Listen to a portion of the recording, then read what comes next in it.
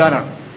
നമ്മുടെ മനുഷ്യന്മാർ മുഴുവനും സ്വയം ഇങ്ങനെ ചുരുങ്ങി വരുന്ന കാലത്ത് മറ്റുള്ളവരുടെ കാര്യങ്ങളിലേക്കൊന്ന് എത്തി നോക്കാൻ വേണ്ടിയിട്ട് ഒരു ശ്രമം നടത്തുക എന്നുള്ളത് വലിയൊരു ദൗത്യമാണ്. ആ ദൗത്യമാണ് നമ്മൾ ഇന്നിവിടെ നടക്കാൻ വേണ്ടി പോകുന്നത്. അതുകൊണ്ട് വീടില്ലാത്തൊരു മനുഷ്യനെ സംബന്ധിച്ചിടത്തോളം ഞാൻ ഒരു പുതിയ നോവൽ വായിച്ചു. ആ നോവലിൻ്റെ പേര് തന്നെ വീടുമായി ബന്ധപ്പെട്ടൊരു നോവലാണ്. അപ്പോൾ അതിലെനിക്ക് ഏറ്റവും ആ കഥ എഴുതി വെച്ച ആളുടെ മനസ്സിനകത്തുള്ള ഒരു ചിന്തയെക്കുറിച്ച് അദ്ദേഹം പറയുന്നുണ്ട്.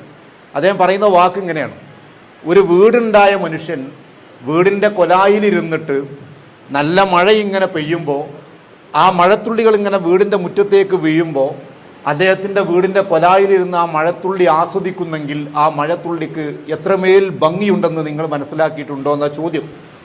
അപ്പം നമ്മളൊക്കെ ഇങ്ങനെ ആലോചിച്ചാൽ മതി. നമ്മളെ വീടിൻ്റെ കൊലായിലിരുന്നിട്ട് നല്ല മഴ ഇങ്ങനെ പെയ്യുമ്പോൾ ആ മഴ ഇങ്ങനെ ആസ്വദിച്ച്, ഇപ്പോൾ ഏറ്റവും കൂടുതൽ വീഡിയോ സ്റ്റാറ്റസുകളൊക്കെ വരൽ നല്ല മഴ ചെയ്യുന്ന സമയത്ത് മഴൻ്റെ വീഡിയോ ശ്രദ്ധിച്ചിട്ടുണ്ടാവും. അതിങ്ങനെ അതിന് നല്ല പാട്ടൊക്കെ കൊടുത്തിട്ട് മഴൻ്റെ വീഡിയോ ഉണ്ടാവും. അത് ആ വീഡിയോ ചെയ്യാൻ അവൻ്റെ മനസ്സിൽ വരുന്ന ഒരു സന്ദേശം എന്താണെന്ന് ചോദിച്ചാൽ അതിൻ്റെ ഒരു സന്തോഷമാണ് ആ മഴ ഇങ്ങനെ കാണാൻ പറ്റും. അടുത്തൊരു വരി ആ കഥ എഴുതി വെച്ചിട്ടുണ്ട്. ആ വരി വളരെ ചിന്താപരമായിട്ടുള്ള വരിയാണ്.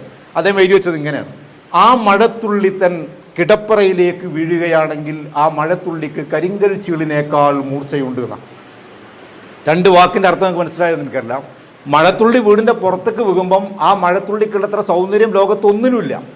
അതേ മഴത്തുള്ളി നമ്മൾ കിടക്കുന്ന ബെഡ്റൂമിലേക്ക് വീണാൽ ആ മഴത്തുള്ളിക്ക് കരിങ്കൽ ചീളിനേക്കാൾ മൂർച്ചയുണ്ട് എന്നാണ്.